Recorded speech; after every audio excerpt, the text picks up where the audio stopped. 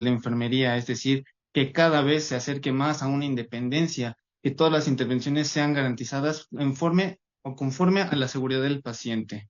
Bien, cabe recalcar que como concepto del carro rojo tenemos que es una unidad móvil. ¿Esto dónde lo estamos sacando? Todo esto se está sacando de la norma oficial mexicana, que nos rige acerca del mantenimiento de las unidades de atención médica. Es un compendio de listas de normas, así que vamos a englobar en general todas las normas. Vamos a trabajar norma oficial mexicana 027, 0 norma oficial mexicana 017, norma oficial mexicana 022, norma oficial mexicana 234.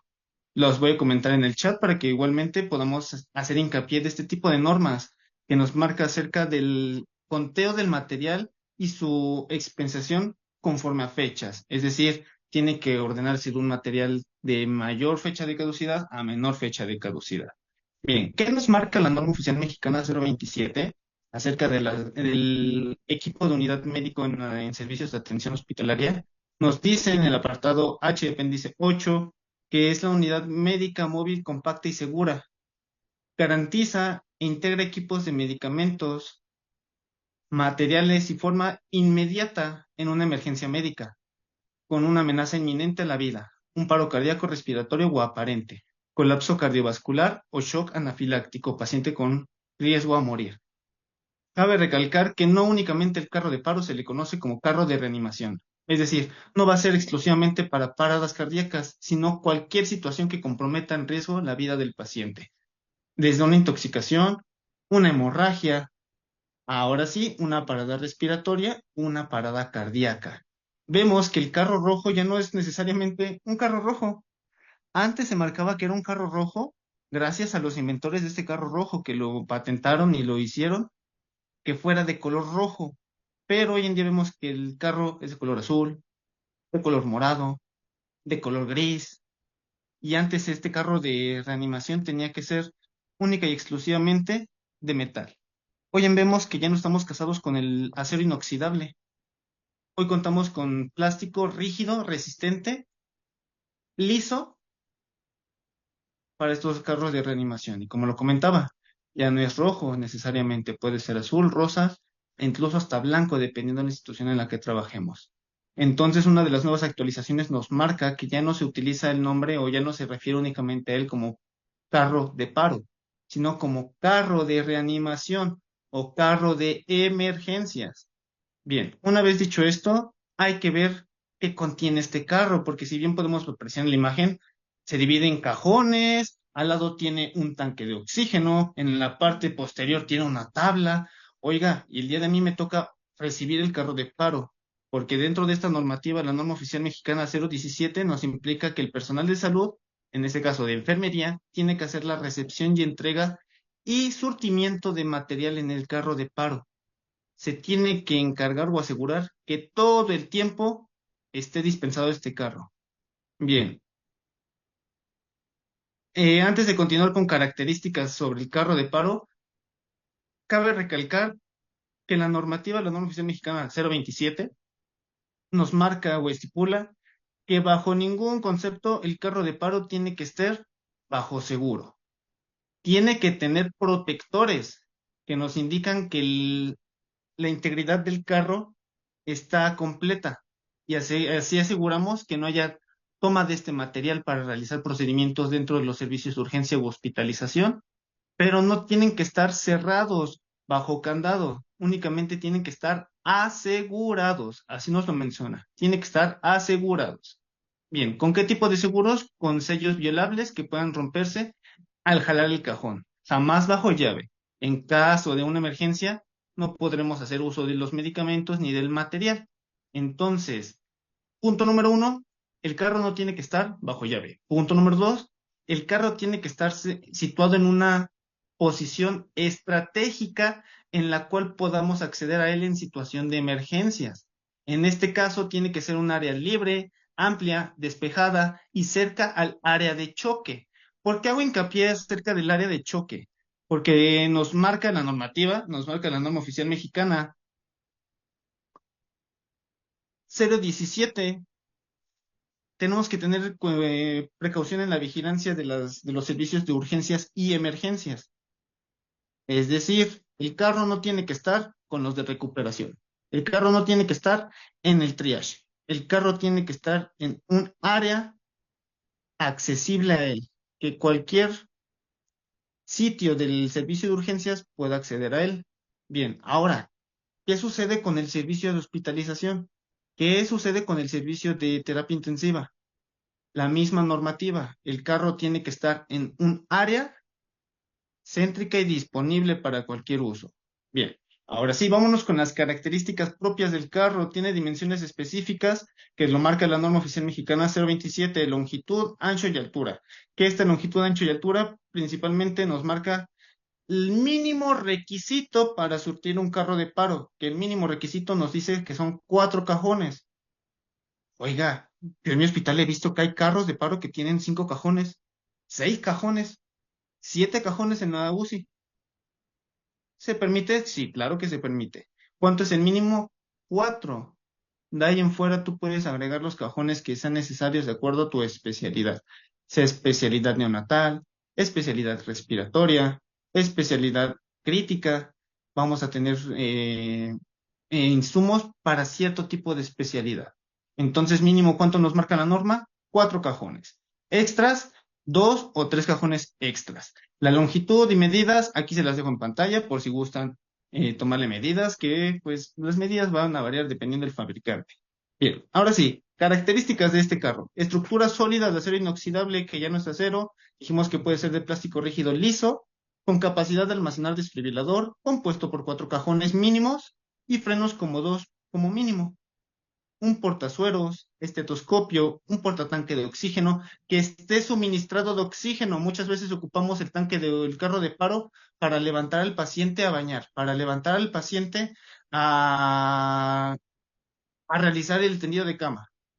Se tiene que pedir este carro, este tanque de oxígeno a la Cendis, al CADIT. Jamás se tiene que usar el tanque de oxígeno del carro de paro. Prohibidísimo, tiene que estar surtido ese tanque de oxígeno con una llave para la apertura, con un humidificador y con distintos dispositivos o dispositivos de oxigenoterapia. Bien, cuenta con ruedas firmes para permitir la movilidad de este carro por el servicio intrahospitalario, principalmente. ¿En qué servicio dijimos? El servicio de urgencias. Tiene que estar con ruedas firmes, material duradero, con un diámetro mínimo de 12.7 centímetros.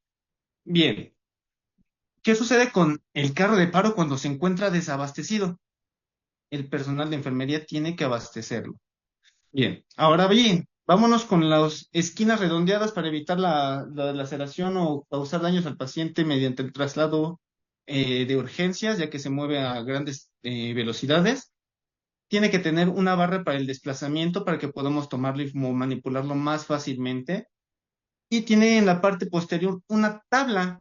Esta tabla suele variar dependiendo de la institución en la que estemos. Puede ser una tabla de plástico rígida o puede ser una tabla de acrílico rígida. Esta tabla de acrílico no tiene que ser exactamente desde el torso del paciente hasta los pies. Únicamente vamos a ver que es una tabla con dimensiones no mayores a 80 centímetros por 70 centímetros, que no sobrepase el área torácica. No me interesa glúteos, no me interesa cabeza. Únicamente me interesa darle soporte en la parte posterior para poder realizar un buen masaje cardíaco. Nos dice que el masaje cardíaco es incorrecto cuando se realiza bajo una superficie blanda. Entonces, para evitar esa superficie blanda, vamos a utilizar esta tabla rígida, que no necesariamente puede ser de plástico, puede ser de madera, de acero inoxidable, de acrílico o de plástico, dependiendo el carro que estemos manipulando. No es algo estipulado, pero lo que sí nos estipula es una tabla rígida en la parte posterior. Ahora sí, lo que les comentaba, ¿qué con el carro de paro en el área de choque, en las urgencias? ¿En dónde tiene que estar este carro? En absolutamente todos los servicios que tengan atención crítica con el paciente tienen que encontrarse estos carros. Y en servicios como lo son el trabajo de parto, sala de trabajo de parto, la UCIN, la UTIN, solemos tener, además del carro de paro, una caja obstétrica que nos ayuda, bueno, la caja rosa y la caja roja, que la caja roja es principalmente para hemorragias y la caja rosa es para personas embarazadas, parto, puerperio, en emergencias obstétricas, como su nombre nos lo marca. Indicaciones y recomendaciones. Ubicarlo en el sitio de fácil acceso que permita el desplazamiento rápido para todos los pacientes y se acerca a la toma de corriente. Este desfibrilador tiene que tener baterías y tiene que estar siempre cargado. Vemos que el personal de urgencias lo ocupa como monitor. Cuando aún así el paciente ya salió de la parada cardíaca, ya lo estabilizamos, lo pasamos a RECU y le dejamos el carro de paro con el monitor. Se tiene que hacer solicitud de un nuevo monitor electrocardiográfico del paciente de ser necesario para que estemos monitorizando hemodinámicamente. Ese monitor no se ocupa para monitorizar al paciente si no se encuentra en estado de emergencia. Entonces, ese monitor siempre tiene que estar cargado en dado caso de no contar cerca un tomacorriente. Ahora, ¿en qué servicios lo vamos a encontrar? Áreas de choque, urgencias, UCI, la UCI, la recuperación, quirófano, tococirugía, hospitalización y servicios en neonatología. ¿Qué cajas le vamos a agregar? La caja roja o la caja rosa, dependiendo de la institución en la que laboremos. Tiene que estar en la parte superior, tiene que contar con un desfibrilador monitor que cumpla con ambas, con las 4 funciones: cardioversión, desfibrilación, monitor, y tiene que estar siempre, siempre, siempre cargado, contar con paletas y parches electrocardiográficos en dado caso de necesitar la monitorización cardíaca. Debe estar conectado al desfibrilador a tomacorriente eléctrica. Hoy en día, la verdad, la mayoría viene con baterías. No hay necesidad de tenerlo siempre conectado. Pero ¿qué tenemos que tener en cuenta? Que siempre tiene que tener carga o batería. Contar con material imprescindible para realizar un reanimación cardiopulmonar básico y avanzado.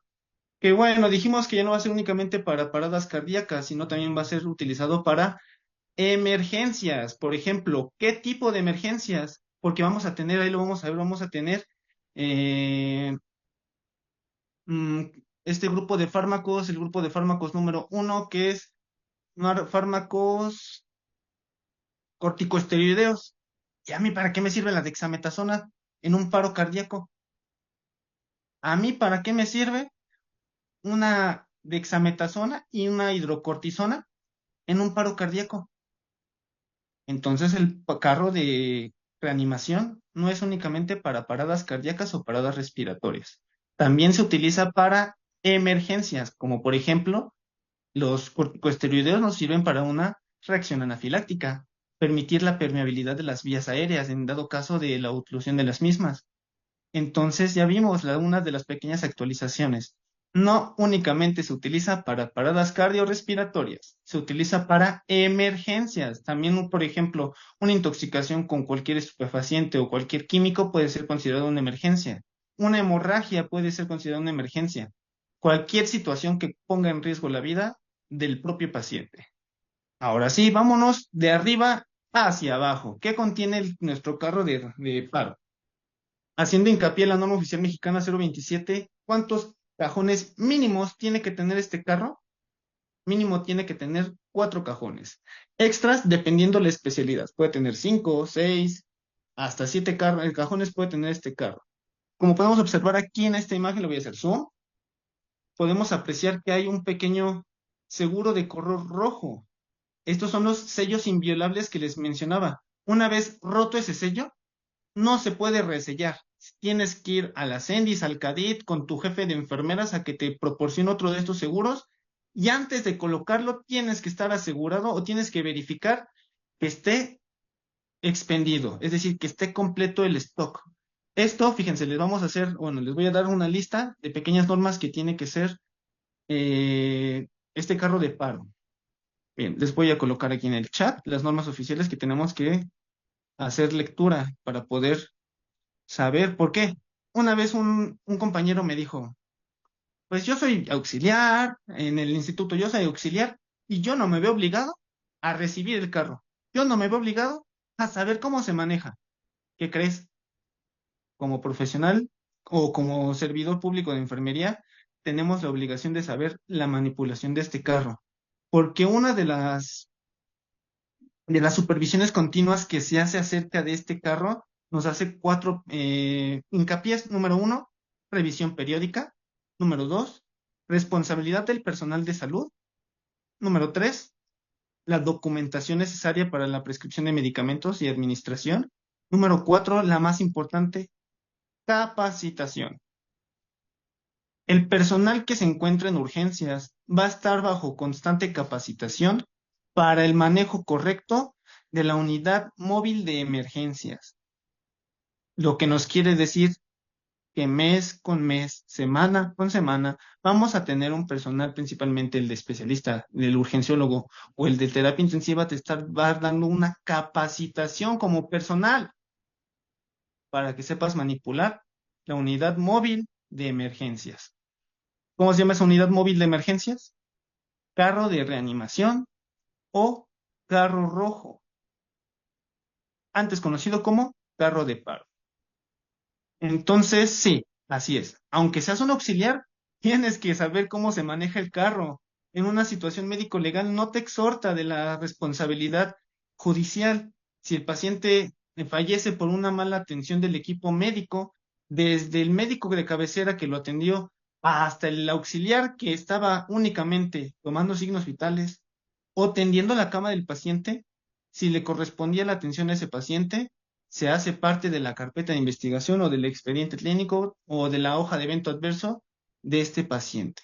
Entonces, sí, aunque seamos auxiliares, tenemos que tener conocimiento de este carro. Entonces, pregunta número 1, ¿en dónde se tiene que encontrar situado este carro? Pregunta número 2, ¿cuántos cajones como mínimo tiene que tener este carro? Y yo les voy a anexar aquí las normas oficiales mexicanas, de las cuales se hace hincapié la actualización para conocer estos protocolos o requisitos como mínimos. Bien, entonces les contesto ya la pregunta. ¿Dónde tiene que estar ubicado el carro de reanimación? En un sitio accesible para todo el personal médico o personal de atención médica. Pregunta número 2. ¿Cuántos cajones como mínimo tiene que tener? Tiene que tener como mínimo 4 cajones como mínimo. 017, la norma oficial mexicana, 006, la norma oficial mexicana, 005 y la norma oficial mexicana, 004. Bien, si creías que nada más únicamente el licenciado lo regía una norma, tenemos que ponernos a actualizar un poquitín. ¿Por qué? Como lo mencionaba, la ignorancia no te exhorta de la responsabilidad legal, judicial, legal. Entonces, si tienen alguna duda, oiga, ¿por qué esta norma? Con mucho gusto se la resolveré. Entonces, vámonos, ahora sí, parte superior, ya quedó claro, tiene que tener una bitácora en la cual se encuentre todo el contenido del material del carro de reanimación, que turno con turno se tiene que hacer entrega y recepción de este, y previa entrega tiene que verificar el personal de enfermería a cargo de la unidad móvil que se encuentre abastecido, surtido y con expendio por fecha de caducidad. Es decir, el material más caduco hasta enfrente, el material más vigente hasta atrás. O el material más caduco hasta arriba y el material más vigente hasta atrás, hasta abajo. Bien, esta tablita usualmente se encuentra aquí en la parte superior o en la central de enfermería y este se tiene que recibir turno con turno. ¿Quién lo tiene que recibir? Personal médico profesional, es decir, o de personal de enfermería profesional. El urgenciólogo, el especialista en urgencias, el de la UCI, el intensivista o, en dado caso que no se cuente con ninguno de ellos, el licenciado en enfermería a cargo de la recepción del carro de reanimación. ¿Y qué crees? Si hace falta, por ejemplo, el reanimador, el desfibrilador, el monitor o la tabla rígida, el tanque de oxígeno, no se deja vale, no se llama enfermería, se llama directamente al Ministerio Público. Y no te quieras hacer responsable por pérdida de algo de este material. Entonces, como recomendación, siempre se te aconseja recibir el material y estar vigente o ver que no haya robo del propio material. Sorprenderá ver que muchas veces quien hace el robo hormiga no es el personal de enfermería, sino personal ajeno al servicio o personal ajeno a la institución. Es decir, familiares vemos que se meten en urgencias y en un plis plas se roban el carro el tanque de oxígeno para el paciente. Entonces, tenemos que verificar o estar monitorizando que la existencia completa del material y que estos sellos que se encuentran aquí se encuentren inviolables. Bien. Tengo unos videos que les voy a proporcionar más al final para que ustedes los puedan verificar. Ah, y les tengo por ahí una actividad. Esta actividad es un caso clínico y ustedes tienen que ver qué error hubo en la atención médica que falló en las 8 acciones esenciales. ¿Por qué? Porque aquí vemos la acción esencial número 2, implica, nos marca también la norma oficial mexicana 004, la utilización de medicamentos, protocolos y procedimientos de emergencias. Y el número, la norma oficial mexicana 005, que nos habla acerca de la asistencia médica, que incluye alineamientos de la prestación de servicios de salud en áreas críticas y de urgencias. Es decir, tenemos que evitar daños al paciente manteniendo una buena comunicación efectiva. Aquí el error número uno del personal médico y de enfermería es la mala comunicación y el mal distribución del equipo o recursos humanos. Una persona se encarga de preparar medicamentos, se encarga de administrar medicamentos, otra persona se encarga de registrar todo lo que sucede con el paciente desde que ingresa hasta que sale al área de choque. Otro personal se encarga de permeabilizar vía aérea, otro personal se encarga de realizar masaje cardíaco y otra persona se encarga de verificar o instalar un acceso venoso periférico. Pese a eso, tenemos a los médicos que nos están bajo sedonalgesia en caso de ser necesario, secuencia rápida de intubación. Cada quien tiene un rol y nadie puede sustituir el rol de él. Entonces, a quien le toque realizar la anotación bajo la norma oficial mexicana 005, todos los procedimientos que se tienen que realizar con el paciente, tiene que andar de, con el ojo, dicen por ahí, un ojo al gato y el otro al garabato. Tiene que estar pendiente de todo. Sí, así es, mencioné la norma oficial mexicana 027 que nos habla acerca de el requerimiento mínimo de la infraestructura de los servicios de emergencias. Y tenemos el 026 para la organización y funcionamiento de los servicios en la atención médica. Entonces, ¿qué es lo que nos interesa de esa norma? Si no me equivoco, es el apartado H y el apartado en el índice 4. ¿Me pueden verificar si se puede abrir mi pantalla? En el chat, por favor.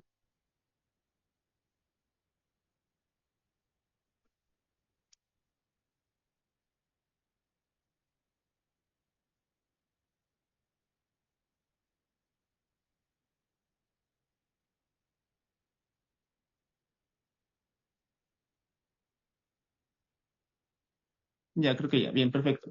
Ahora sí. También cabe hacer hincapié que el equipo biomédico jamás, jamás, jamás, jamás puede ser, puede salir del servicio sin notificación previa. Es decir, el paciente se va a realizar algún gabinete, sí se puede ir con el tanque, pero se tiene que realizar una notificación, porque en dado caso que el paciente caiga en parada respiratoria, otro paciente, se tiene que pedir inmediatamente el tanque de oxígeno a la CENDIS o CADIT para hacer uso de este. Entonces, de preferencia, si te vas a mandar a hacer un gabinete, no te llevas el carro de paro, el tanque del carro de paro, te llevas otro tanque. Bien, ahora sí, ¿por qué creen ustedes que tenga un tanque de oxígeno con humidificador el carro de paro? Para las paradas respiratorias o una hipoxia. Así evitamos que el paciente llegue tarde o temprano a un shock. Bien, dependiendo el tipo de saturación o si presenta hipoxia o hipoxemia el paciente, vamos a hacer uso de distintos dispositivos de oxigenoterapia. Tenemos desde cánulas nasales, mascarilla simple sin bolsa reservorio, mascarilla con bolsa reservorio. Tenemos incluso los hospitales como lo es el INER o especialidades de respiratorias. Tenemos mascarillas tipo Venturi, cascos cefálicos en el apartado o en el cajón de vía aérea. Pese a eso, claro, también se encuentra el dispositivo de reanimación ventilatoria, el AMBU, también se encuentra con él. Pero ¿para qué queremos el tanque de oxígeno? Para brindar oxigenoterapia complementaria al paciente en dado caso de presentar una hipoxia o una hipoxemia. Bien, les pongo aquí al ladito una tabla de referencia a ustedes, licenciados, por si tenemos dudas acerca de qué es una hipoxia, qué es una hipoxemia, en grandes rasgos, lo resumimos: la hipoxia, pérdida de oxígeno o deficiencia de oxígeno a nivel sanguíneo, y la hipoxemia, deficiencia de oxígeno a nivel tisular. Es decir, ya tenemos deficiencia de aporte nutricional y oxígeno en los tejidos, lo cual tarde o temprano va a provocar una isquemia, y si lo dejamos así, puede evolucionar hasta una necrosis y una amputación. Bien, valoración: profundidad de respiraciones, el ritmo, simetría y movimientos de cada lado del tórax. Tenemos que verificar, auscultar al paciente y ver si no tiene algún tipo de sonido respiratorio patológico, y verificar que los niveles de saturación estén correctos. ¿Cómo lo voy a ver? Verificando frecuencia respiratoria, saturación de oxígeno, colocándolo con mi pulso oxímetro, y ver que no tenga ninguno de estos datos de dificultad respiratoria. Los más comunes vamos a ver cianosis. ¿En dónde vamos a ver cianosis? La más notoria, peribucal. Siguiente, cianosis en miembros distales periféricos, tanto superiores como inferiores. Retracción intercostal, principalmente en adultos de bajo peso y neonatos. Retracción del apéndice sifoide y aleteo nasal, principalmente se le va a ver en neonatos. Muy bien. Entonces, ¿para qué nos sirve el tanque de oxígeno que se encuentra en el lateral derecho? Para realizar oxigenoterapia en caso de ser necesario. Ahora, vámonos en la parte posterior. Tiene que tener una tabla de reanimación, la cual puede ser de madera, o puede ser de plástico, o puede ser de acrílico. Tiene que ser únicamente rígida. Es lo que nos marca la normativa. Tiene que ser rígida. Bien. Se tomará en cuenta el tamaño de acuerdo al tipo de paciente, sea paciente adulto, sea paciente pediátrico. Dijimos que esta tabla no va a ser una tabla que abarque desde cabeza hasta glúteos o hasta talones, sino únicamente que va a abarcar el área torácica para poder realizar un masaje cardíaco, ya que está contraindicado realizar masaje cardíaco en la unidad del paciente sin esta tabla. No se considera un masaje cardíaco de alta calidad. Para realizar un masaje cardíaco de alta calidad, tiene que suprimirse la caja torácica por lo menos 5 centímetros hacia el interior del tórax. Si no se realiza esto, te estás cansando y el paciente no está recibiendo un buen RCP de alta calidad. Muy bien. ¿En dónde vas a encontrar esta tabla? En la parte posterior. ¿De qué puede ser? ¿Madera, acrílico o plástico rígido? ¿Qué características tiene que ser este plástico rígido? Tiene que ser liso, no tiene que ser poroso, para disminuir las infecciones asociadas a la atención de la salud. Bien. Haciendo hincapié al tanque de oxígeno y en la terapia de oxígeno suplementaria, tenemos que tener en cuenta, se los menciono rápidamente, la norma oficial mexicana 006, prevención del control de tuberculosis, que directamente regula los aspectos de control de infecciones y uso de equipos en el entorno clínico. Es decir, se recomienda que una vez utilizado el ambú, la bolsa respiratoria se tiene que retirar, se tiene que hacer un desecho de este. En dado caso de no contar con un desecho, se tiene que hacer una desinfección de alto nivel, ya sea con alcacime o con alcacide, ya que normalmente estos dispositivos tipo AMBU no se esterilizan, pero se les realiza una desinfección de alto nivel.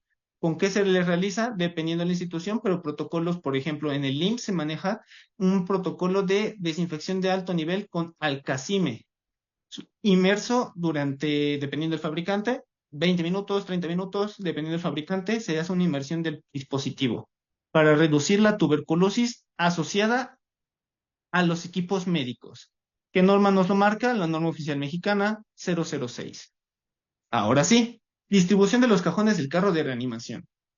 Hasta la parte superior, en la parte superior, vamos a tener lo mero interesante, lo que más tenemos que tener cuidado, porque muchas veces hacemos omisión de la administración de cualquier fármaco que se le está pasando al paciente, y de repente no vimos que el doctor indicó una ámpula de efedrina, y yo noté epinefrina, yo noté norepinefrina, yo noté atropina.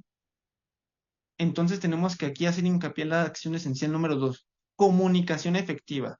Nos marca o nos estipula que tiene que ser con un tono de voz alto, uniforme y dirigido a la persona. Emma, le toca administrar una ámpula de efedrina. ¿Dijo una ámpula de efedrina? Sí, dije una ámpula de efedrina. Ah, ok.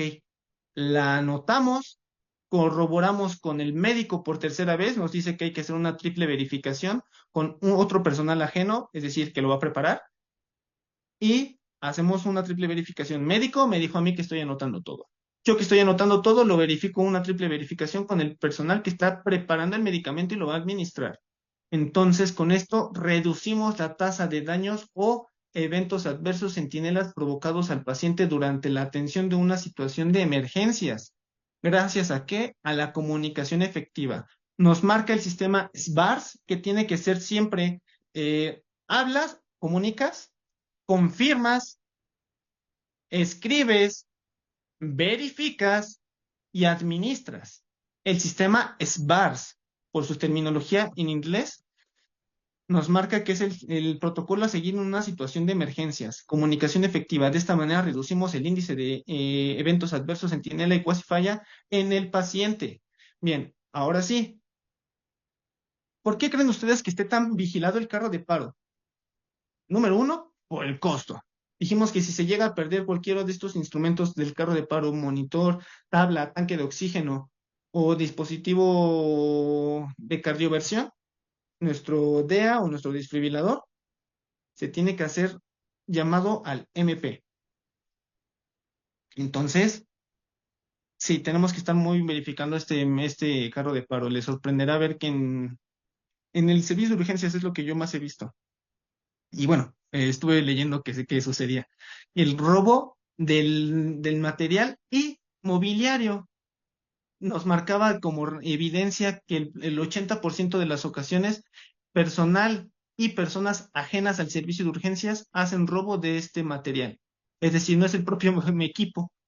Mientras el equipo está teniendo la situación de emergencia, personas ajenas aprovechan ese momento para hacer usurpación de material y equipo. Entonces, como recomendación, nos dicen, o nos dice la bibliografía, que hay que hacer registro y vigilancia de la unidad médica móvil de emergencias. Nunca se pierde la vista cuando el material se está utilizando, principalmente por una mala prescripción de medicamentos, que es la norma oficial mexicana 005 y la 072. La prescripción, surtimiento de fármacos de alto riesgo. ¿Por qué? Porque de acuerdo a la Ley General de la Salud, aquí en este cajón vamos a tener medicamentos que son categoría tipo 1, que son categorías libre venta para todos, como por ejemplo el agua inyectable o el bicarbonato en cierto tipo de presentaciones. Vamos a tener ácido acetil salicílico, que es categoría tipo 1. Vamos a tener medicamentos categoría tipo 3 y categoría tipo 4. Estos fármacos únicamente se tienen que hacer utilización bajo prescripción médica. ¡Chin! Se me cayó una ámpula y se rompió. Pues hasta esa ámpula que se cayó y se rompió se tiene que registrar en la hoja de procedimientos realizados al paciente durante la atención en el servicio de urgencias. ¿Por qué? Porque, como mencioné, se tiene que hacer un registro minucioso de ese carro. Entonces, todo lo que utilizaste para salvar de la parada cardiorrespiratoria o de emergencias al paciente tiene que ser resurtido y tiene que nuevamente ser cerrado con un sello inviolable. ¿Se puede cerrar bajo candado? ¿Se puede cerrar en una sala especial en el cuarto de la jefe? ¿En la Sendy se puede guardar este carro? Díganme, ¿en dónde tiene que estar ubicado el carro de reanimación para evitar una mala atención al paciente en la situación de emergencias? Bien, ahora sí, ¿qué contiene el cajón número uno? Lo mencionábamos, medicamentos. ¿Qué medicamentos? Todos los medicamentos que van a utilizar para servir del sacar de la parada respiratoria o cardíaca al paciente. Repito, de acuerdo a la Ley General de Salud en México, ¿qué tipo de medicamentos vamos a encontrar? Categoría tipo 1, categoría tipo 3 y categoría tipo 4. Bien, les menciono rápidamente cuáles van a ser los medicamentos de la categoría tipo 1 que vamos a encontrar aquí. Vamos a encontrar bicarbonato de sodio en ciertas presentaciones. La solución glucosada al 50% la vamos a encontrar aquí en 2 o 3 frasquitos dependiendo la unidad que se encuentre. Por ejemplo, si es una unidad de cuidados intensivos, vamos normalmente a tener 2, 3. Esto nos establece un mínimo, recordemos, un mínimo, no es de cajón, que es lo que tienes que tener.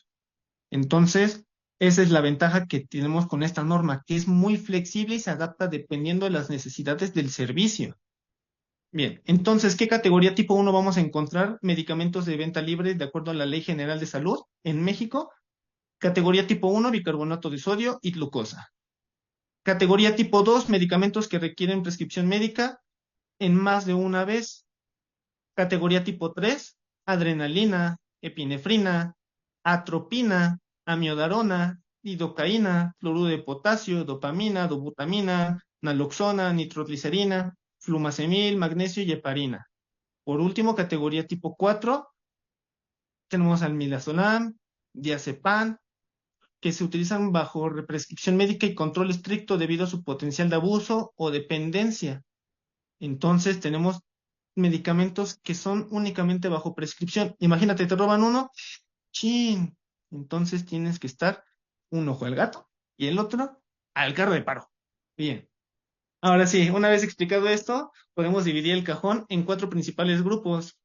¿Por qué? Porque si los empezamos a decir uno por uno, es muy difícil para memorizarlos. ¿Cómo los podemos memorizar? Ya sea por categorías de acuerdo a la Ley General de Salud o por función farmacológica o por farmacodinamia, farmacocinética. Tenemos medicamentos activadores o drogas vasoactivas. Tenemos medicamentos pseudoanalgésicos. Tenemos electrolitos concentrados. Tenemos anticoagulantes y vamos a tener medicamentos mm, corticosteroideos. ¿Para qué nos sirven los corticosteroideos en una parada cardíaca?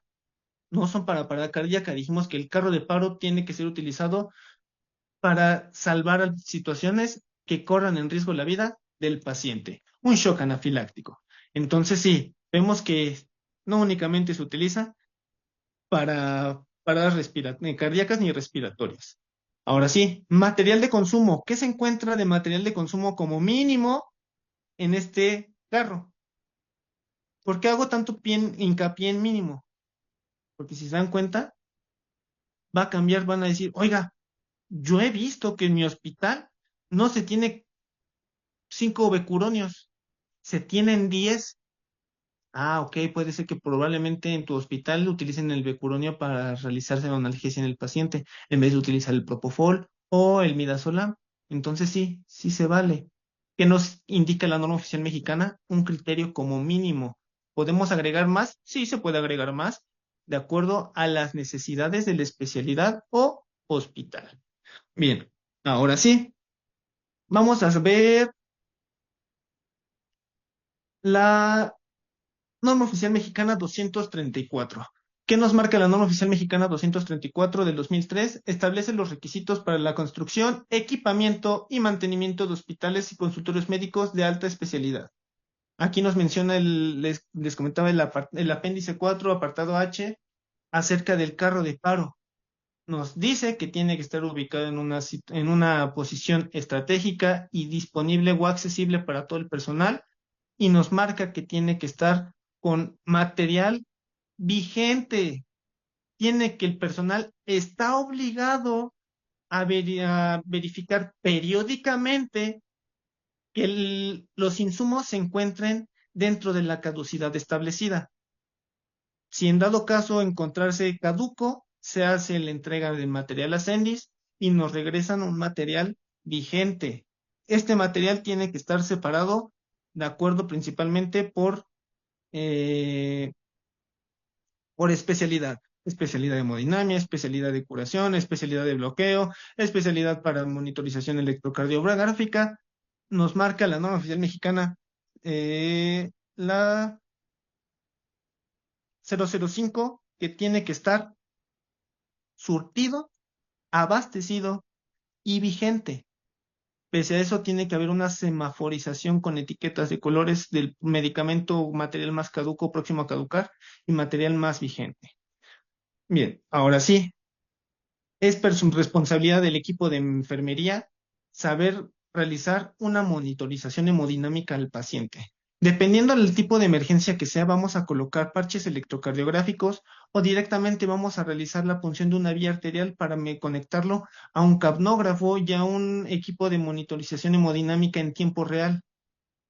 Si tienes la disponibilidad de canalizar una vía arterial, perfecto. Si no puedes, ¿qué vas a realizar? Colocar tu parche o tus parches electrocardiográficos. Bien, ¿para qué vamos a verificar o colocar estos parches? Para que en dado caso que es una parada cardiorrespiratoria, saber si hacer una cardioversión, una desfibrilación o realmente si el paciente ya no requiere masaje cardíaco ni asistencia por parte del equipo biomédico, parar y desistir.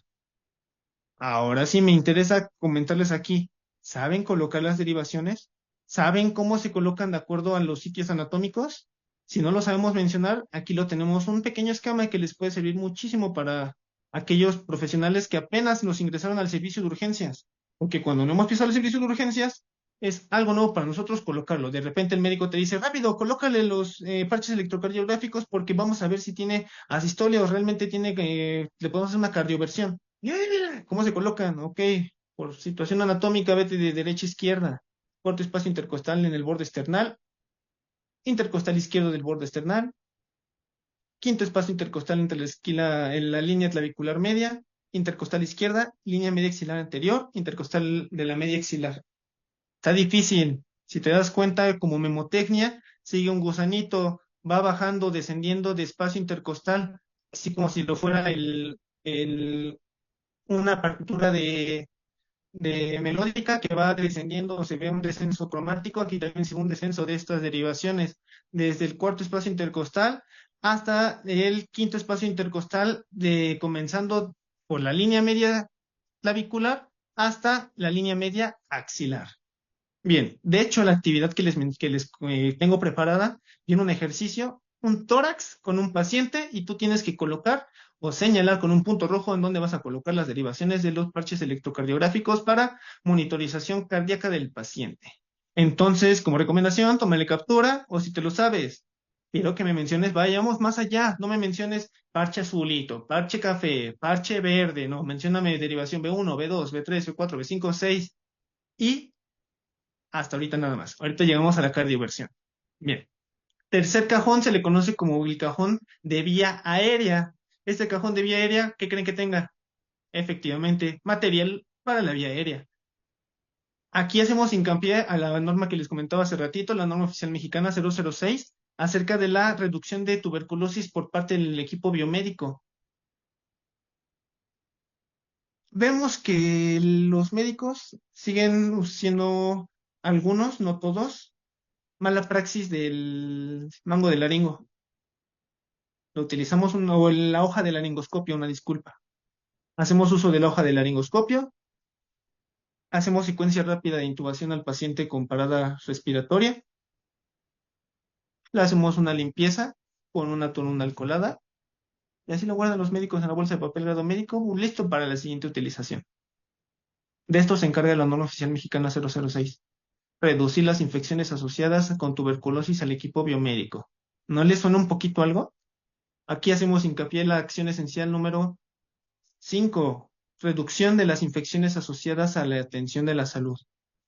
El equipo biomédico, el personal médico tiene la obligación de conocer protocolos de sanitización, desinfección y esterilización de material biomédico. Mango de laringoscopio, hoja de laringoscopio y dispositivos de oxigenoterapia que sean desechables se tiran.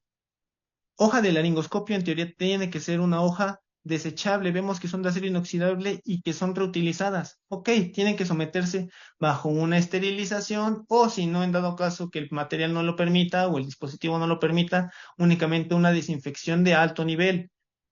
Institucionalmente, y repito, en mi institución, esto va a variar dependiendo de la institución. País, estado en el que te encuentres, va a ser una desinfección de alto nivel. ¿Con jabón enzimático? No. ¿Con qué? Con alcacime, alcacide o lutaraldehído.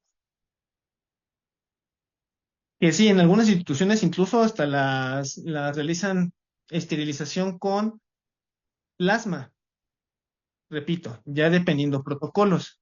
y nos lo marca aquí, tiene que respetar el protocolo de cada institución.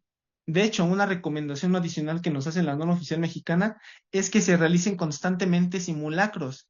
El jefe de enfermería con el personal de enseñanza y vigilancia epidemiológica del paciente tienen que realizar simulacros sin que el personal esté enterado. Es decir, se simula o se realiza un simulacro de un paciente con parada cardiorrespiratoria y se ve la eficacia y tiempo en el que el personal atendió la respuesta de emergencia. Este tiempo no tiene que ser o sobrepasar la ventana del cuadro dorado del paciente, porque vemos que hay deficiencias neurológicas cuando el paciente o fallas irreversibles cuando el paciente está por más de 3 minutos sin oxigenación o sin aporte de oxígeno y nutrientes al cerebro. Entonces, para eso son estos simulacros, para preparar al personal. Entonces, a quien les ha tocado un simulacro, ya sabemos de lo que estamos hablando. Correr y ver nada más a la jefe con la de epidemia y el jefe de enseñanza cómo se ríen. Y al final de que se ríen, nos regañan y nos hacen nuevamente un calendario para capacitación continua y nos hacen, dado caso que tengamos muchas deficiencias, nos hacen tomar capacitación extracurricular, nos invitan a capacitarnos nuevamente ante el RCP básico o el avanzado, dependiendo de qué tan retrasados estemos ante la manipulación de este equipo de respuestas de emergencias. Ahora sí, cánulas, laringoscopios, guantes y guía metálica. Este cajón se le conoce como cajón de vía respiratoria, el cajón número 2 se le conoce como cajón de insumos y el cajón número 1 se le conoce como cajón de medicamentos. Bien, como pregunta rápida, eh, clasificación de acuerdo a la Ley General de Salud en México de medicamentos. Colóquenme 3 medicamentos. Bien, entonces dijimos que las 3 categorías que más van a predominar es la categoría tipo 1, la categoría tipo 3 y la categoría tipo 4. Son medicamentos que más predominan. Bien, menciónenme la norma oficial mexicana que hace reducción de las infecciones asociadas por neumonía por el equipo biomédico. Siguiente norma, norma oficial mexicana que nos habla acerca de los servicios de reemergencias y urgencias diarias críticas. Esto es a lo que nos mencionamos, que muchas veces el paciente no requiere el oxígeno necesario que requiere el paciente, dependiendo de acuerdo al capnógrafo, si es que tienes una línea arterial o si tienes un pulsioxímetro, tienes que verificar qué tipo de dispositivo le corresponde al paciente. Muchas veces vemos que el paciente no requiere una bolsa, una mascarilla con bolsa reservorio y tú a fuerza te quieres colocar una. No, licenciado, tienes que fundamentarte, tienes que verificar siempre 2 cosas. Número 1, nivel de frecuencia respiratoria y número 2, la saturación parcial de oxígeno que presenta el paciente a nivel capilar, ya sea con un capnógrafo o con un pulso oxímetro. Bien, dentro del caso clínico que les tengo preparados, te mencionan datos clínicos, signos vitales, constantes vitales, y tú tienes que verificar qué tipo de dispositivo le vas a administrar al paciente. A ver, por favor, licenciados, un poquito interactivos para ver si es que estamos bajo la misma normativa o hay que hacer hincapié en cosas tan básicas como lo es la oxigenoterapia. Tienes un paciente que tiene una hipoxia leve, ya sabemos cuánto es una hipoxia leve. ¿Qué tipo de dispositivo de oxigenoterapia empleamos con el paciente?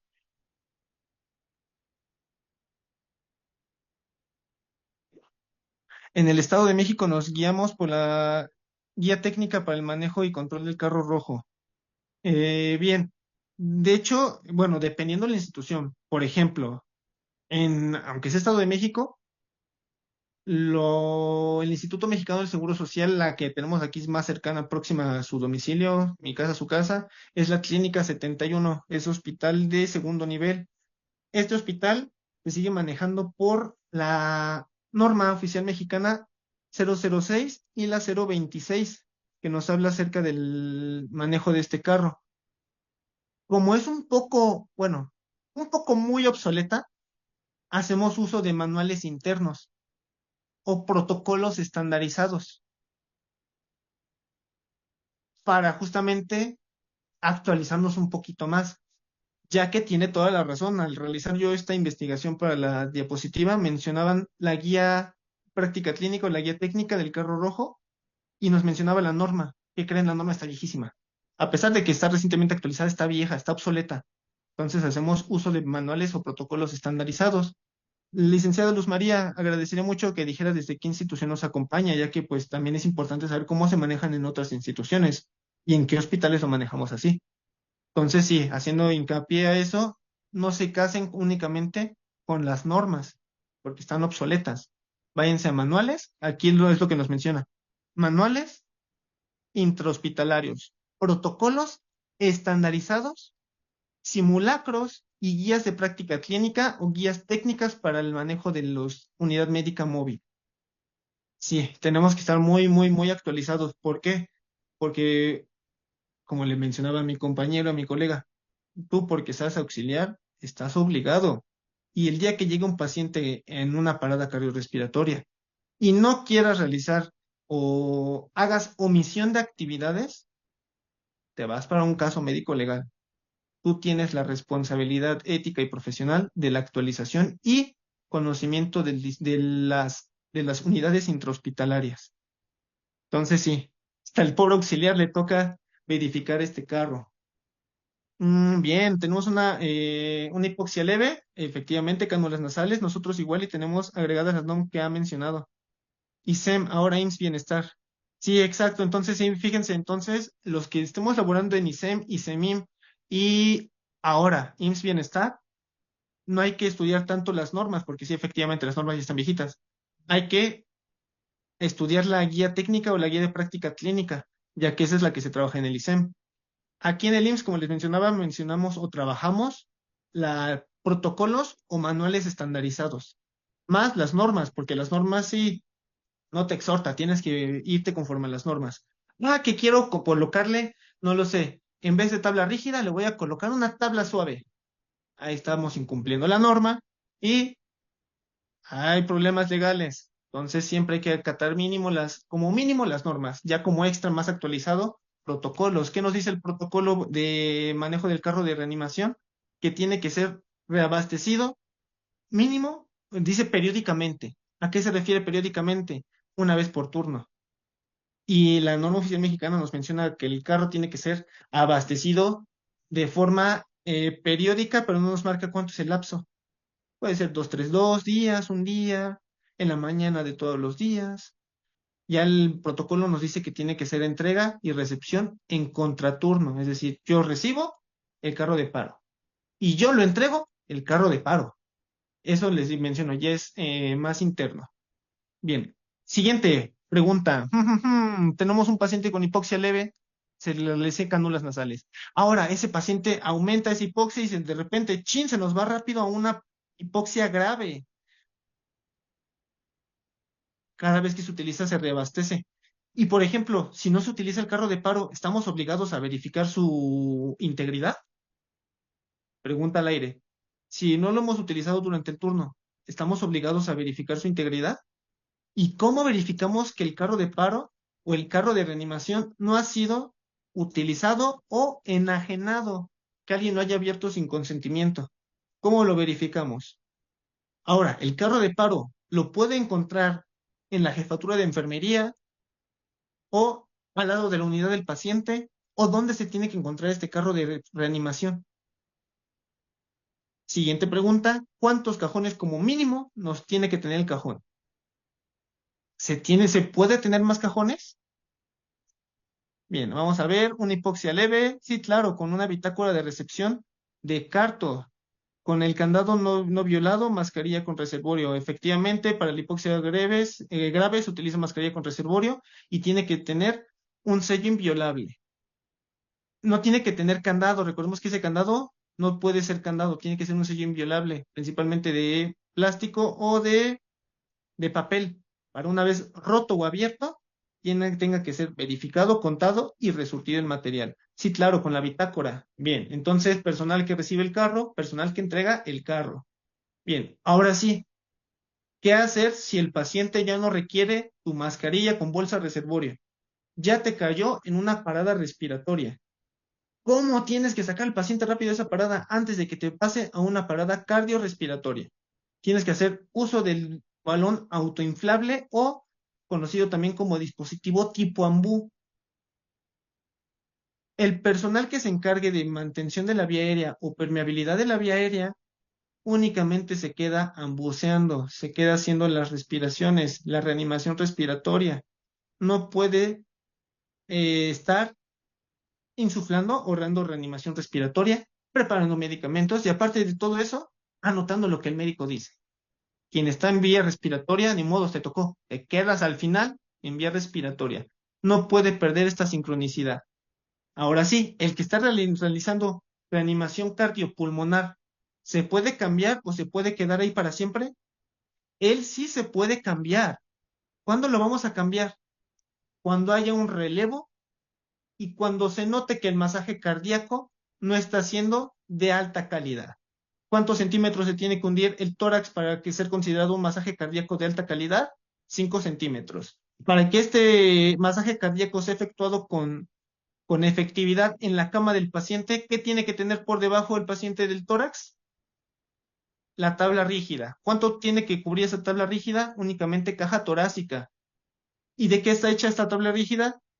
De acrílico, plástico rígido, liso, el tórax, exactamente. En el lista de Morelos son candados inviolables de plástico. Exacto, son candados inviolables de plástico. No podemos poner un candado de metal. Vemos que las antiguas generaciones colocaban su candadito de metal y se entregaban el carro de paro de turno en turno con llaves. Al quien nos tocó ver eso, pues vemos el cambio a estos candados de plástico. Pero esos candados antes usualmente era un candadito y te entrego llaves, te entrego llaves. Este carro no puede estar bajo llave. Bien, entonces, quien esté realizando reanimación respiratoria, ¿se cambia? No. Persona que esté realizando masaje cardíaco, ¿se cambia? Sí. ¿Cuándo se cambia? Cuando el masaje cardíaco no está siendo de alta calidad. Bien, haciendo un poco hincapié acerca de la reanimación cardiopulmonar, aquí nos vemos que son 30 compresiones por 2 ventilaciones o tenemos que generar, en caso de un paro respiratorio, de 10 a 12 ventilaciones por minuto. Este video es el que les voy a mencionar, que les voy a pasar al final. Si el licenciado me lo permite, les voy a hacer llegar las diapositivas por medio de WhatsApp, si es que así lo desean, para que puedan obtener el material de consulta cuantas veces quieran. Muchas veces olvidamos cierto punto, entonces se los voy a proporcionar. Bien, entonces hasta aquí el carro de paro. Voy a colocar aquí unas preguntas así al personal que nos está acompañando el día de hoy para verificar la normatividad de este carro de paro. A ver, si les hablo acerca de una norma oficial mexicana que nos habla de la reducción de tuberculosis por parte del material médico, ¿quién es? ¿Qué norma es? Tuberculosis. 006, muy bien. Norma oficial mexicana que nos habla acerca de la distribución, almacenamiento y equipo biomédico en el sistema de emergencias y urgencias. Una norma anterior. Muy bien, Rosalba. La norma 006. Y la norma que nos habla acerca, la norma 005, exacto, muy bien. ¿Qué creen? El paciente te cayó en parada cardíaca. El médico te está prescribiendo 10 grupos farmacológicos del grupo 4 y del grupo 3. ¿Los pasamos por pasarlos? ¿O quién se encarga de realizar la bitácora del paciente? ¿Y qué norma aplicaría para esta bitácora del paciente? El registro clínico terapéutico de los medicamentos prescritos en una atención de emergencias. ¿Qué norma aplica?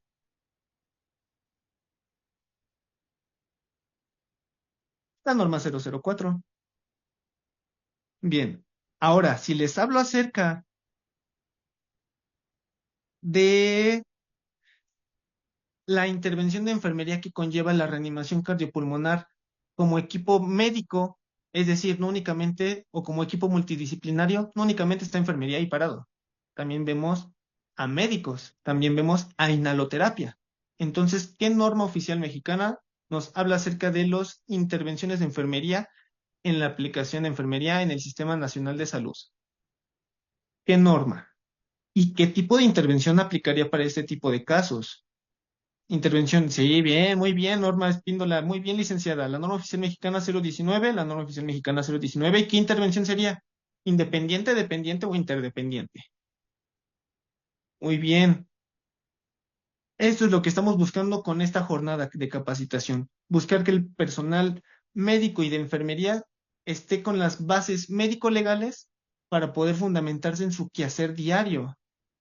Es una dependiente, sí puede ser independiente, pero es más clasificada como una interdependiente, ya que trabajamos en colaboración con el equipo médico y con el equipo de inhaloterapia. Porque sí, nosotros podemos iniciar secuencia rápida de intubación, pero médicos prescribe. Los de inhaloterapia manejan parámetros ventilatorios. Entonces es una intervención interdependiente. Muy bien. Ahora, a ver, vamos a ver cuántos cajones como mínimo tiene que tener el carro de reanimación. Como mínimo, cuatro. Cuatro. Muy bien, licenciadas. Muy bien.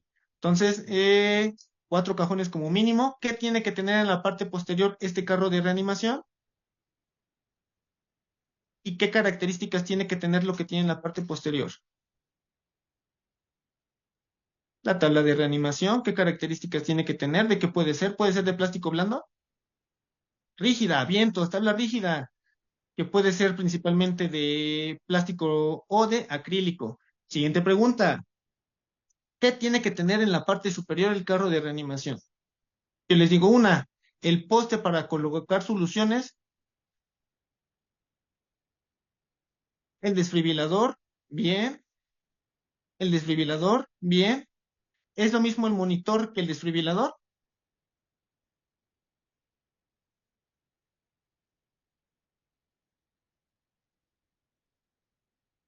¿Es lo mismo el monitor que el desfibrilador? Muy bien. No, no es lo mismo. Exacto, bien. Muchas veces tenemos distintos tipos de dispositivos que sí, tienen las cuatro funciones y si no tenemos que tener por separado, desfibrilador y monitor. Muy bien. En la parte derecha, ¿qué tiene que contener el carro de reanimación?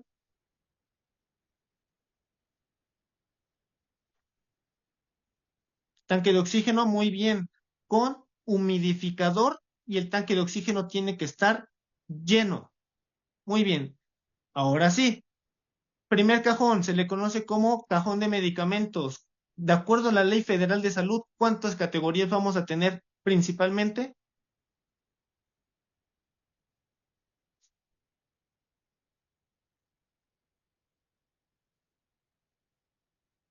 Categoría tipo 1, categoría tipo 3 y categoría tipo 4. De acuerdo a la Ley Federal de Salud, muy bien. Ahora, familias de medicamentos más comunes que vamos a encontrar, drogas vasoactivas,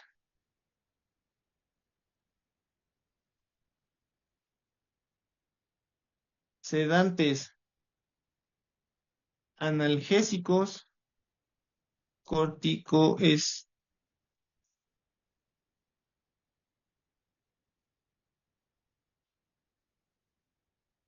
Los corticoesteroideos, por ejemplo, ¿para qué me podrán servir? ¿Para una parada cardíaca? ¿O para qué más puede ser implementado el carro de reanimación o el carro de paro? Un shock anafiláctico, muy bien, exacto. Puede ser utilizado para cualquier situación que ponga en riesgo la vida del paciente. Bien, siguiente pregunta y última para terminar con carro de paro. Norma oficial mexicana que nos habla acerca del expendio mínimo del contenido de este carro de paro. Bien, por aquí por la plataforma y por mensaje privado están comentando. La 263, 027, exactamente, la norma oficial mexicana 234, que establece los requisitos de la construcción, equipamiento y mantenimiento de los hospitales. La norma oficial mexicana 234. Muy bien. Apéndice H, apartado 4. Perfecto, muy bien. Entonces, licenciados, si ustedes tienen un auxiliar bajo su supervisión o bajo su equipo de trabajo, ellos están obligados a atender o manipular el carro de paro o pueden hacer omisión de este dispositivo.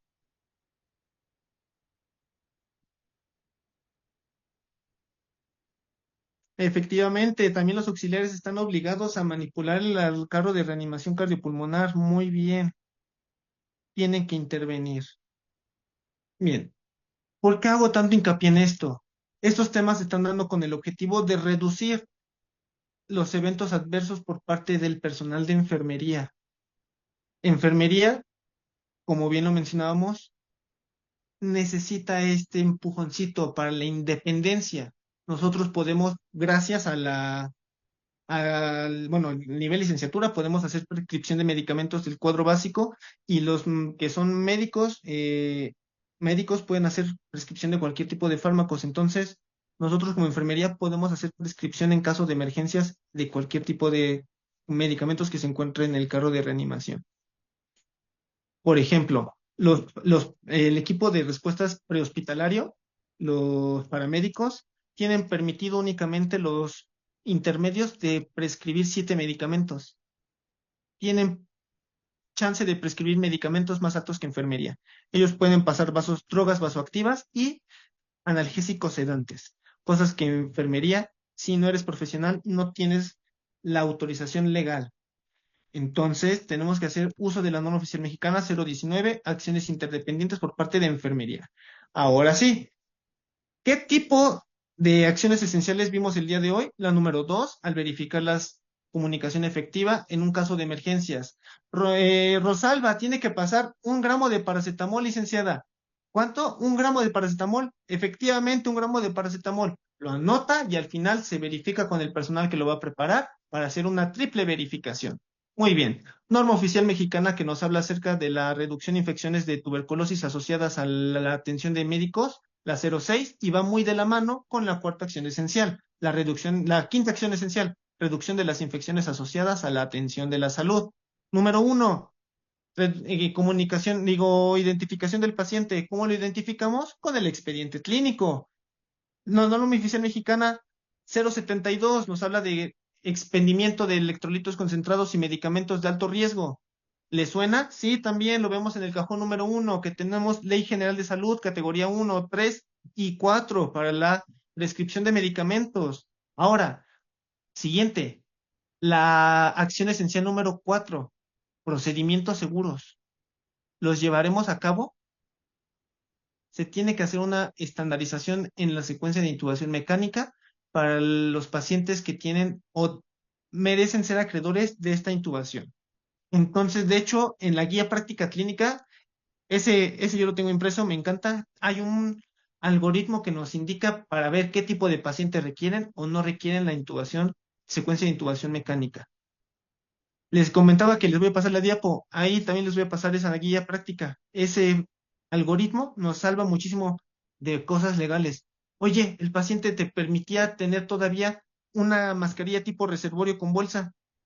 ¿Por qué lo intubaste?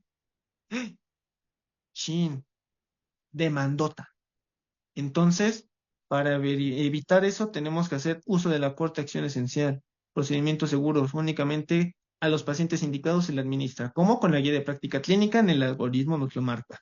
Ahora sí, saltando la quinta acción esencial, que ya lo vimos que es la de tuberculosis, vámonos con la 6, reducción de las caídas del paciente o daño por caídas. Para eso tenemos que verificar que el paciente va a manejar medicamentos de la categoría tipo 4, analgésicos sedantes. Entonces, estos medicamentos o estos pacientes se les considera con un alto riesgo de caídas. En todo momento tienen que mantener los barandales en alto cuando el personal los encuentra a un costado, que por ley no tiene que haber el paciente solo en la sala de choque. Ya cuando pasa recuperación, ya puede encontrarse solo, pero mientras en el área de choque no puede permanecer solo, tiene que estar con barandales en alto y con personal acompañado.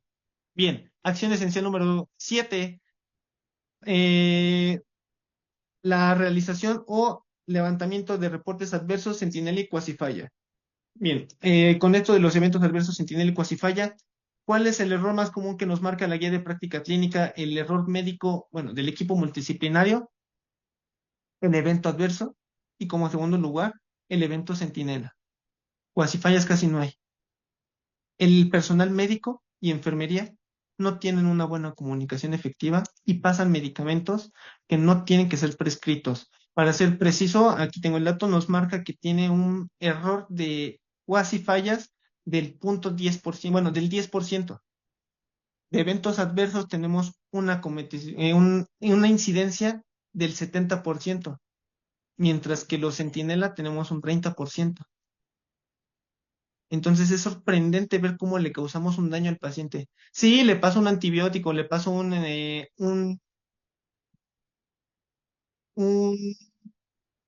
antídoto al paciente, le paso carbón activado, le hago un lavado gástrico. No hay necesidad. Si verificas con tu triple verificación, aplicas tu sistema SBARS y verificas con tu colega, gracias a la triple verificación, nos evitamos pasar medicamentos que no tienen que ser administrados. Nos evitamos intubar al paciente cuando no tiene que ser intubado. Entonces, ¿cómo podemos reducir ese evento adverso? Les digo, está horrible saber que llegamos a un 70%. ¿Cómo podemos reducir esa tasa? Con la capacitación continua. Lo hemos visto, bueno, quienes pertenecemos al sistema público, vemos que estamos obligados a cumplir los que estamos en urgencias, con mínimo la capacitación, ya sea que tú la brindes o recibir la capacitación del carro de reanimación. ¿A quién le ha tocado, coméntenlo ahí en el chat, un simulacro? Que digan, no, pues mi personal o mi jefa de enseñanza o la jefa o la supervisora de enfermería, si es muy, muy buen personal y constantemente mínimo 2 veces al mes o una vez al mes, realiza simulacros. ¿Cuántos hemos realizado simulacros? Y nos lo marca la guía y nos lo marca la norma. Estamos obligados a realizar simulacros, porque esto, falta de simulacros, aumenta el índice de eventos centinela, adverso y cuasi falla. Por ahí, jefes o supervisores de enfermería que nos acompañan el día de hoy, bienvenidas. Un gusto compartir la plataforma con ustedes. Como parte de su programa de desarrollo del personal, podemos implementar la, la aplicación de simulacros de emergencias en los equipos de urgencias, UCI y quirófano, que son de acuerdo a la guía, los servicios con más incidencia de errores o eventos adversos centinélicos y falla. Urgencias, la UCI y quirófano. Sorprendentemente, por la premura y la emergencia, no hacemos verificación triple. La administración de medicamentos con nombres parecidos. Exacto. Aquí, de hecho, la norma oficial mexicana 072, la tercera acción esencial nos marca y nos dice, no puedes hacer abreviaturas de medicamentos. Jamás, jamás, jamás se tiene que hacer abreviaturas de medicamentos, justamente por esto mismo que nos marca los medicamentos de nombres similares. Otra cosa que nos marca la tercera acción esencial, o la 072, no puedes hacer abreviaturas de las unidades de medición de los fármacos. No es G, es gramos. No es mg, es miligramos. No es mcg, es microgramos. No es L, es litros. No es ml, es mililitros. Entonces, evítate errores médico-legales, porque alguna vez nos va a tocar un paciente muy pudiente. Entonces, ¿cómo nos podemos evitar estos errores? Simplemente acatando las acciones esenciales y las normas que les acabo de anotar al principio del curso. Con eso, dales una leída, fíjate. Hoy es muy beneficioso la tecnología que nos permite tener todas las normas al alcance de la mano. Ya no tenemos que ir a una biblioteca y leerlas. Entonces, sí, tenemos que, está prohibido abreviar medicamentos y está prohibido abreviar unidades de medición. Bien. Y hacer uso de las guías de práctica clínica para los algoritmos de secuencia de intubación mecánica rápida. Bien, vámonos con el siguiente. Indicaciones bueno, ya pasamos de un lado del carro de reanimación, porque nos podemos ir acción a acción por esencial, una por una y dando casos específicos. El caso que les preparé es un caso que aplica para las acciones esenciales y para las normas. Y como un extra te puse el del electrocardiograma, pero es como una unidad de medición que nosotros utilizamos de referencia para ver cómo el personal de enfermería está en conocimientos básicos. ¿A qué me refiero con básicos? No te estoy diciendo interprétalo. No te estoy diciendo realiza un cálculo de dosis para microgramos en un dosis pediátrico. Te estamos realizando intervenciones básicas, colocación de un electro, el registro clínico en las hojas de enfermería de los medicamentos administrados. Entonces, Eso es importantísimo. Bien, ahora sí. Siguiente, indicaciones y recomendaciones. Para ubicarlas en el sitio, tienen que estar también nuevamente en un sitio de fácil acceso. Estas cajas, que muchas veces en los hospitales es la misma caja. La caja rosa o la caja roja, que se utiliza para mantenimiento de hemorragias obstétricas en preeclampsia y eclampsia. Esta caja, lejos de ser para cualquier paciente, está indicado para pacientes en unidades de trabajo de parto, quirófano y en unidades de urgencias. Urgencias como lo es la unidad ginecobstetricia número 4, la torre ginecológica, el Hospital Materno Infantil de Chalco, Estado de México. Estos servicios tienen que contar con esta caja. ¿Y qué contiene esta caja? Medicamentos especializados para detener hemorragias, detener la eclampsia y bajar las crisis o hipertensión y crisis hipertensivas. Pregunta, chicos, licenciados, licenciadas, maestrantes, ¿cuánto se considera una crisis hipertensiva? ¿A partir de cuándo? ¿Y cuál es el tratamiento indicado para una crisis hipertensiva en el trabajo de parto? Justamente el día de ayer me encontraba brindando la materia de ginecobstétrica y es sorprendentemente ver cómo el personal de enfermería sigue creyendo que los médicos nos brindan la dosis, están obligados a brindarnos la dosis. Dentro del profesiograma, enfermería está capacitado para realizar cálculo de dosis de acuerdo al peso y talla del paciente. Entonces, si no sabes diluir un medicamento, eh, ah, fíjense, me comprometo a pasarles mi libro de cálculo de dosis de dilución en pediátricos que se utiliza, bueno, que utilizamos de referencia en el IMSS para cálculo veloz en los pacientes. Entonces, se los voy a proporcionar, si el licenciado me lo permite. Ahora sí, ubicaciones y recomendaciones. Tienen que estar ubicadas al igual que el carro de reanimación en un sitio de fácil acceso que permite el traslado rápido del paciente. Claro, con gusto, al igual la diapositiva, si gustan, les se las puedo proporcionar con todo gusto. Y estas cajas tienen que estar igual que el carro de reanimación, selladas por un sello inviolable. No tienen que estar bajo candado, ¿eh? Un sello inviolable. Ambas cajas deben ubicarse en urgencias, UCI, unidad tocoquirúrgica, labor y hospitalización. Esta caja contendrá únicamente material imprescindible para una urgencia obstétrica, como lo es la hemorragia o crisis hipertensivas. ¿Se manejan medicamentos? Sí, se manejan medicamentos. ¿Aquí qué medicamentos vamos a manejar? Vamos a manejar medicamentos de la categoría tipo 3, categoría tipo 4 y electrolitos concentrados. Entonces, también hacemos hincapié en la norma 072 y a y a la guía de práctica clínica para la prescripción de medicamentos.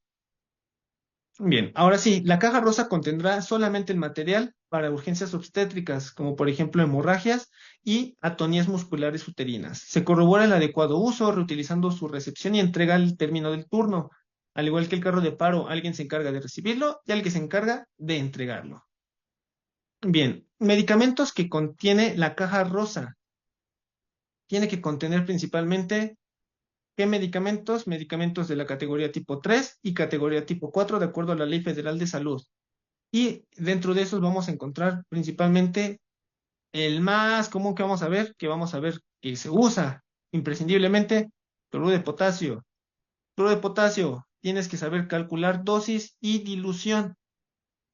Me parece que van a tener, o si no, un taller de cálculo de dosis de electrolitos concentrados. Me encantaría que tengan una práctica de esos electrolitos, porque muchas veces la presentación es la misma, pero cambia el gramaje. Sigue siendo de 20 mililitros, pero el gramaje cambia. Y de repente lo diluiste como si fuera la mitad del gramaje y ves el paciente nomás no cede. Es por una mala dilución del medicamento. Ahora sí, hemorragia obstétrica. ¿Qué es considerado una hemorragia?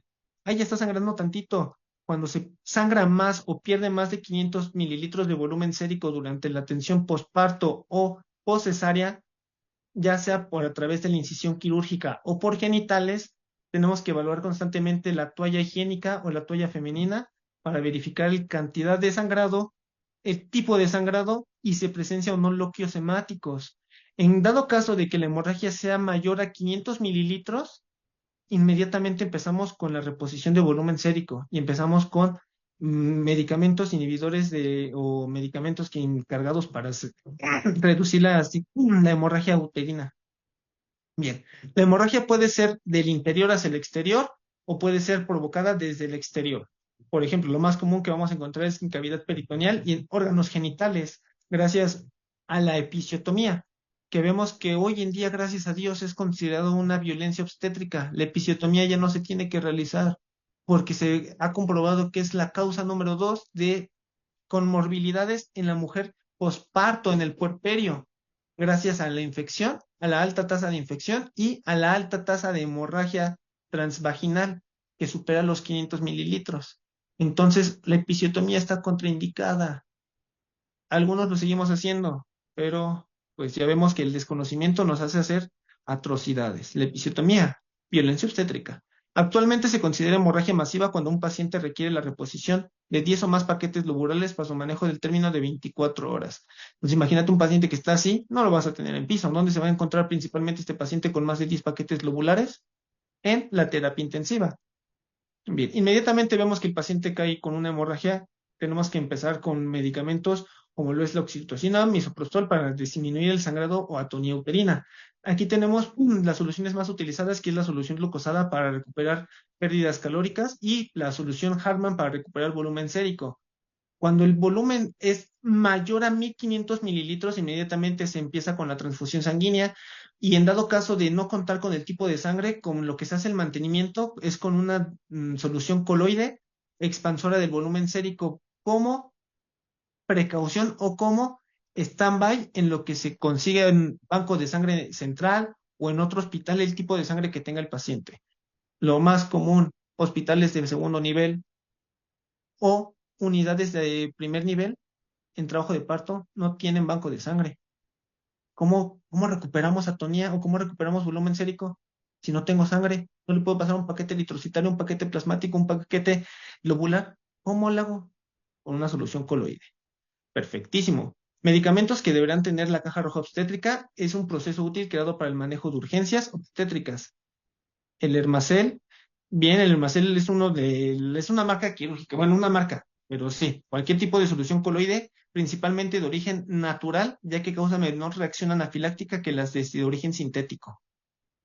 Entonces, la caja roja es un recurso útil para el manejo de urgencias obstétricas, en donde su interior se encuentran medicamentos de primera elección de tratamiento inmediato en la preeclampsia y eclampsia. Esto con el fin de disminuir complicaciones de salud materna y perinatal, siendo de gran importancia con ella todas las utilidades de salud. En estos servicios se tienen que encontrar servicios de tococirugía, ginecobstetricia y dijimos que tienen que estar también en la UCI y en la UCI. Aquí cabe recalcar que una crisis hipertensiva es considerado cuando la presión arterial supera los 180 milímetros de mercurio en presión diastólica y en presión sistólica supera los 120 milímetros de mercurio. Una vez superado esto, inmediatamente se considera la paciente con una crisis hipertensiva y se tiene que manejar la eclampsia para evitar la muerte del paciente o el sufrimiento fetal, que es la causa número 1 del sufrimiento fetal, la hipertensión durante la atención del trabajo de parto. Entonces se tiene que estar monitorizando constantemente que estos niveles no suban. Y en dado caso que suban, ¿qué crees? Aquí tienes medicamento, aquí lo marco, medicamento encargado de disminuir la, la crisis hipertensiva. ¿De acuerdo? Lo más común que le damos a la paciente es nifedipino, difenipina, en cápsulas sublingual para que sea la más rápida la absorción. Entonces, ¿cómo podemos ayudar a disminuir la tasa de complicaciones del paciente en trabajo de parto gracias a la preeclampsia o una crisis hipertensiva? Con nifedipino por vía sublingual. Muy bien, sin más por el momento, me encantaría saber si es que hay alguna duda respecto a la normatividad que se manejó el día de hoy, ya que es muy extenso leerse todas las normas que les mencioné. Entonces, nada más estudien o recalquen o hagan un tarjetero, licenciados, o una diapositiva o su método de estudio que mejor les acople para el método de estudio de estas normas. Les repito las normas más importantes. La norma oficial mexicana 004, la norma oficial mexicana 005,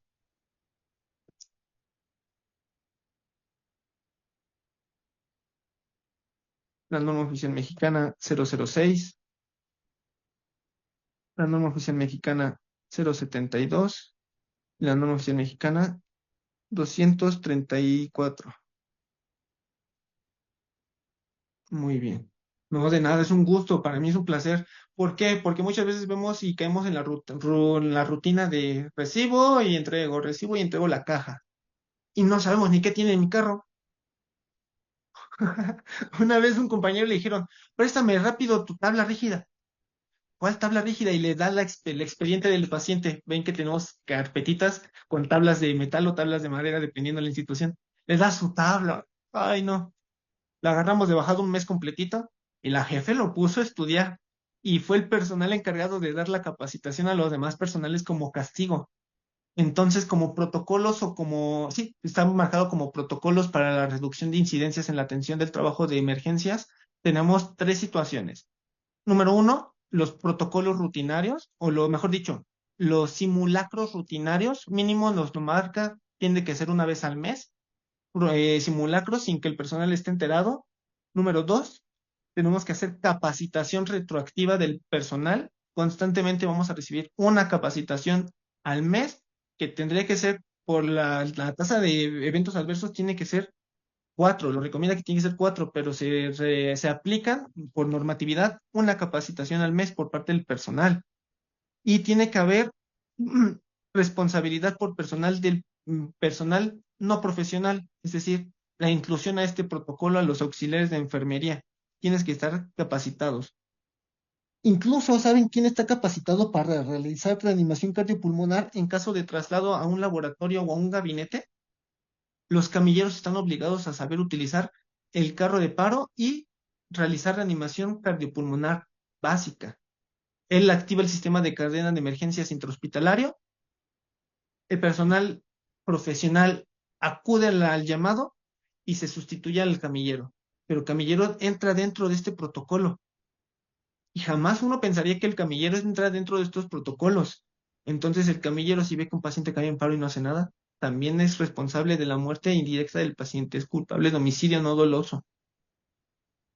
Bien, no es por meter miedo, es por meter incertidumbre y ganas de fundamentarnos día con día.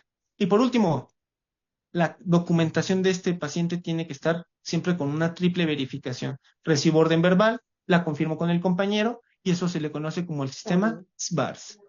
¡Ay, perfecto! Muy ¿Lista? bien, La quesadilla. Ujú. bien. Tenemos por aquí una pregunta, nos menciona, en el hospital donde me encuentro, la caja búho incluyen las dos cajas. Es lo que les mencionaba, en algunos hospitales englobamos las dos cajas en Ay, una no. sola.